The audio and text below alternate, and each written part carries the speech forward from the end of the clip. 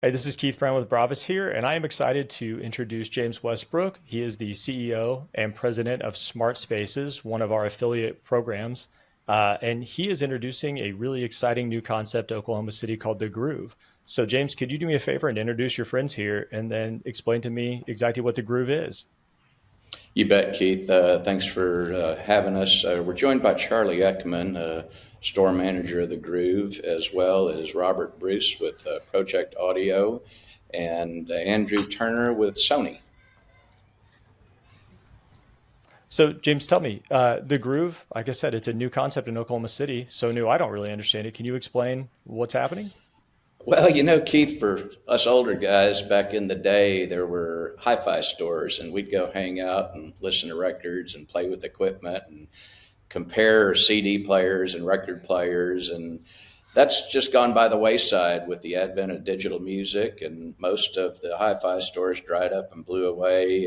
Were taken over by the online retailers, and a lot of younger people don't really understand how good music can really sound if it's listened to properly. And with the resurgence of vinyl and now CDs, people are getting back to really appreciating music. And the Groove is a place that we've created to allow people in Oklahoma City to come by and really try and listen and get better educated about not only the audio and hi-fi products that we sell, but also the video products. Televisions they're not all the same. There's a lot of differences, just like with any other product. So you mentioned that everything's kind of going digital. Charlie, maybe you could speak to why, in a world where we have music in our pockets, where does the groove fit? What's the value of having it that analog experience? Well, digital's not going anywhere. It's just too convenient. But if you're really trying to engage with music, your favorite artist or album, actually owning it physically and being able to play it on a turntable with, properly set up components, uh, you just can't beat it. Digital is just an approximation of what the actual sound wave is. And while I stream all day long, if I'm working, on paperwork, if I'm actually trying to engage with music and relax, enjoy myself, I'm always spinning vinyl. It's a ritual that really just can't be beat. Keith, I kind of want to piggyback off of that because I think I just last year realized I'm a concert junkie. If I'm Hmm. not doing something on a weekend, I'm out listening to live music. And I started to ask why? And I get the adrenaline rush when I hear that live performance. So I'm so torn. I try so hard to recreate those live performances where I live, and hence the Groove, where we're trying to recreate and bring the artist into the room with you rather than it just be something in your pocket that you're listening to as background noise. Well, you mentioned two important phrases, I think, which is convenience, Charlie, why digital is so important to us now, and engagement. And rarely ever is the most engaging experience also the most convenient, right? The concert doesn't come to your house. Robert, I know you are with Project. Explain, like, how have you seen your clients connect with vinyl in a way that they maybe don't connect with their iPhone in their pocket? Yeah. I think it's a engagement element and it goes to physical media all the way. I think it's not just records. James brought up CDs, 4K Blu-ray discs. If you look at the amount of information that you get off of a record or a CD or a Blu-ray, compare the streaming rate of a 4K Blu-ray to the streaming rate from Netflix, even though it's called 4K.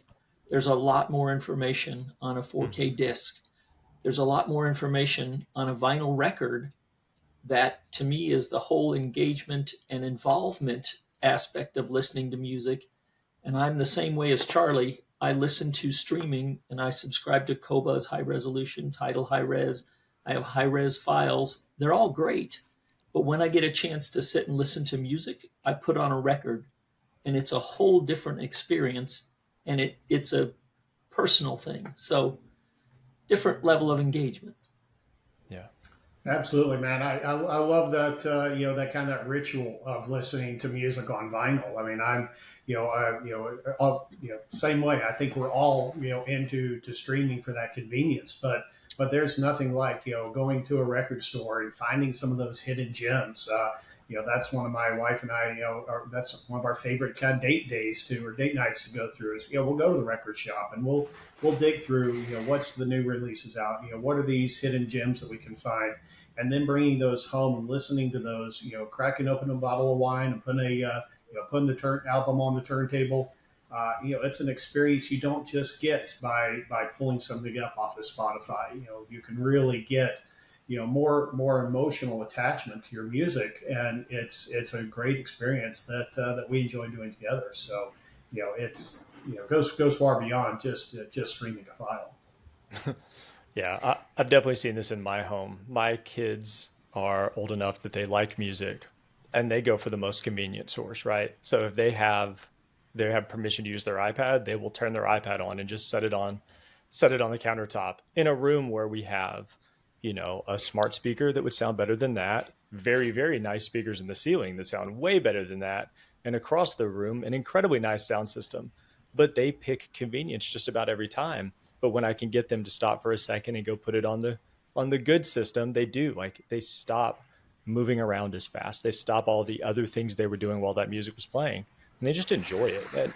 And I don't see myself as a really, really big music guy, but just watching my kids, I can see the impact of experiencing in the right way makes on them. It literally changes their behavior. So I guess all of this to say, if somebody walks into the groove, what are they going to experience? What should they expect to see and hear and feel and touch and see? Well, we have a wide variety of select products that we've handpicked to be products that we feel pretty much meet all price points and all different levels of interest in both the audio and video arena. To begin with, you're going to be greeted by a knowledgeable, experienced professional who truly knows the difference between product A and product B. We're we really are excited about opportunities to re-engage people with music. So we want to educate people and we want people to be able to make informed decisions. So behind me, we've got a wall of speakers. On the other side of the room, we have a wall of televisions. We have a headphone bar. And you can sit and you can try out and compare different products to see which ones best suit your needs. You know, we're right on Automobile Alley, which is a really, really neat place in downtown Oklahoma City as well. So, like whole wall of glass over here. You just heard the siren out there. But lots of products, lots of different stuff. Speakers starting from 300 a pair, going up to the sky's the limit.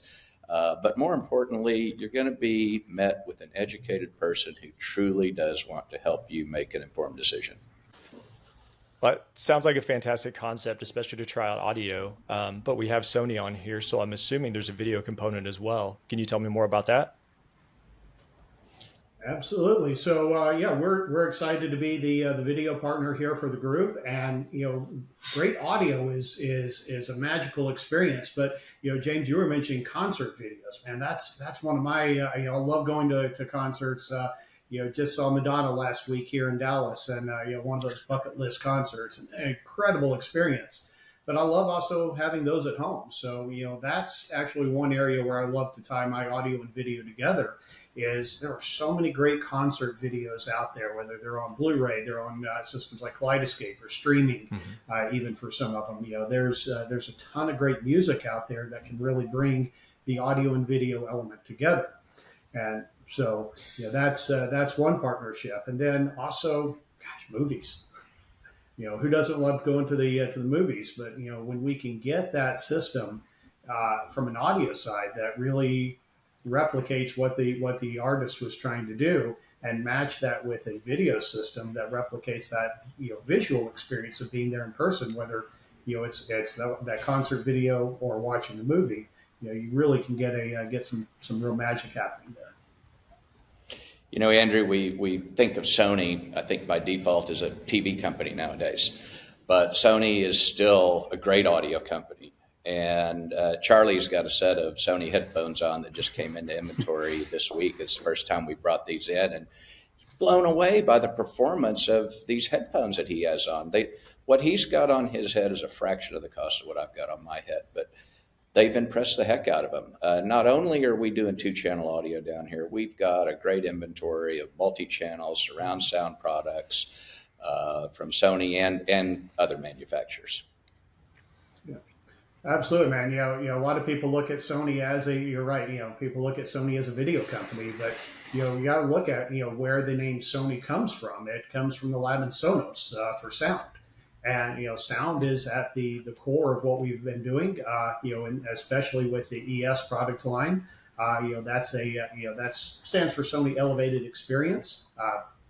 Elevated standard. But we've been providing that experience since 1965 from a premium audio perspective. So whether it's that those great 1000 series headphones that are sound amazing, do great noise cancellation, all the way up to an ES audio video receiver that'll power up to 13 channels of audio. We can really deliver that proper audio experience as well. Andrew, I will tell you, I have an ES receiver in my theater that was there just to hold the place while I got a fancy one. That was like 4 years ago, so I think it's doing a pretty great job. I've had no desire to replace it at all, so I was blown away. It was not what I expected from Sony, and fantastically impressed.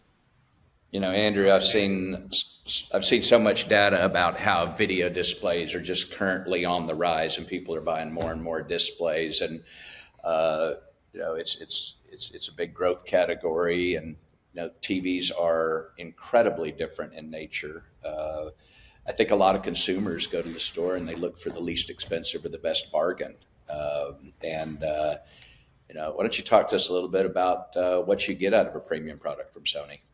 Of course, man. That's a great question, because TVs are getting bigger, they are getting cheaper, and it's really easy to look at a TV, and this kind of goes for audio as well. But it's really easy to look at one and say, wow, here's a TV that's 4K, it has HDR, it has HDMI 2.1, it has all these tech features, it checks all the boxes, and you look at these on paper, and a $500 TV has on paper the same specs as a $5,000 television. What in the world is the difference? Why shouldn't I just buy the cheapest one? But what a lot is there's a couple of things to consider there. One, you have all kinds of different technologies. You've got OLEDs, you've got LEDs, LCDs, mini LEDs, micro LEDs, so just a ton of technologies. And so you start looking at those and how do they compare? James, do y'all have a couple of those different technologies on the floor so you can actually show people what they look like and the differences? We do. We've actually taken 3 different product series. We have them side by side, simultaneously playing the same content. And from afar, you look at them. I'm looking at them right now. They look great. Get a little closer, and you can start seeing the difference between the OLED and the LCD. And you can definitely see a difference between the micro LED and the standard LED. So yeah, absolutely, Andrew. We've got a great way for people to come in. We can really show them the differences. Lots of natural light comes in here, so whether it's edge lit or backlit or full array or partial array, lots of crazy technology, but there are different products that fit differently in different environments. Oh yeah, another great point. Yes, every room is not like OLED technology is one of my favorites. From a black level and color detail, but it's not great in a super bright room. And, vice versa, some of the LED technologies, which are great in a super bright, great in a super bright room, might not be the very best in a dark room. So you've got to consider the overall environment and how each of these technologies really match up with not only your personal taste, but also what you're looking for performance-wise. We talk about Sony selling more and more televisions, along with, I'm sure, the rest of the manufacturers. Robert, with the explosion of vinyl last couple of years, we know Pro-Ject's doing well because we have a hard time getting product sometimes because you guys are back ordered. We work hard to bring product in, but why don't you talk to us a little bit about the growth Pro-Ject is experiencing at the turntable and the stereo equipment that you represent? Sure. Well, Project is based in Austria, and we design, engineer, and build everything in our own European factories. And that's one of the limits of how much production there is. And it's a very broad range. The great thing is we do offer products from almost entry level, not as inexpensive as a turntable that you could buy at Target or Walmart, but we start at about $350, and even that turntable is made in Europe. We go up to $15,000. As you go up, the real difference is the performance. So, getting back to the discussion of how to choose, the great way would be come into the groove, look at and listen, talk to you guys about the specifics of the system you'll use it with, um, what your budget is, what your current and future needs are. Another wonderful thing, most all of our models have an upgrade path built in. So if you purchase the debut Carbon Evo, our largest selling turntable, it's $600 out of the box, set it up, get great sound. We offer an upgraded sub platter. We offer an upgraded acrylic platter, outboard power supplies, better stylus for the cartridge, the Sumiko Rainier phono cartridge that's pre-mounted to that turntable. So there's a really wonderful upgrade path with whether or not you want to do it. If you don't, you may very well set the turntable up, hook it into your system, get great sound, love it, start collecting records or continue collecting. But if you do get the bug and you decide, I want it to be even better, we offer a really nice path for future improvements. Um, but our range is very broad so that matching your requirements and your system with help from you guys, and that's what folks should do, is come in and look and listen, ask questions. And when you explain the difference and say, here, listen, the better turntable gets more music off of the record, further engaging you in listening and making it more fun. And so oftentimes a good turntable makes you go seek out record stores. I'm the kind that I travel some, and when I do, I was just in New York City a couple weeks ago, and I went to Rough Trade Records. So when you get an opportunity, go look for new music, and then, like Andrew said, bring it home. Can't wait to play it on the turntable and have fun listening. So, Robert, all that sounds incredibly impressive, but I know most people that grew up listening to vinyl were listening on much older equipment. How does what you're doing now compare to that older equipment? Is the older stuff better, warmer, more exciting, or is the newer stuff an improvement? Well, there's a angle for both. It can be really fun to find a classic vintage turntable, for example. I have people ask about, oh, I've got this old Thorns that my dad left me.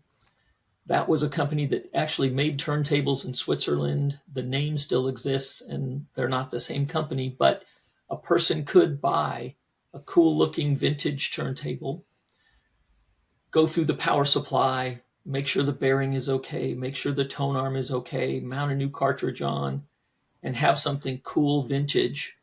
The difference today, though, is we have much more advanced engineering, manufacturing tolerances. We've got better motors, better power supplies, better bearing for the platter, better tone arm. We have materials like carbon fiber to make the tone arm wand out of, things that just didn't exist in the 60s, 70s, and 80s. And the amount of investment could be personal. You could say, I'm going to do this myself and refinish the wood cabinet and monkey with the parts yourself, or spend a lot of money to have a technician do that for you. But on the other hand, that's one of the great things about buying something new. You get the latest technology. It is going to be really well built, good sounding. And in the case of Project, manufacturing in house, we'll have parts available for years to come, again, both for upgrading and in the event that it ever needs service. So I think vintage is fun and cool, but we've got some new turntables that have a vintage style, walnut cabinets and Hmm. wood finishes that are beautiful, but kind of give you the best of both worlds. Yeah. I don't know much about turntables, but the Pro-Ject turntables I've seen are beautiful. And as cool as retro is, I would love to have one of those in my house. So if people want to see these turntables and the displays from Sony, when can they come in and check out the Groove? Are you guys open now? Yes, yeah, we're open 10 to 6, Tuesday through Friday, and Saturday 10 to 4. Awesome. And I think, James, you said by appointment as well. Yeah, by appointment only. By appointment as well. That's correct. Well, perfect. Well, thank you all so much for joining us. It's been a pleasure to talk to you, and I look forward to running into you guys at the Groove pretty soon. Thank you, Look Keith. forward And to it. Robert, Andrew, thank you so much for joining us today. Yeah. Thanks, everyone. Can't wait to do it again. Thank you. Been great.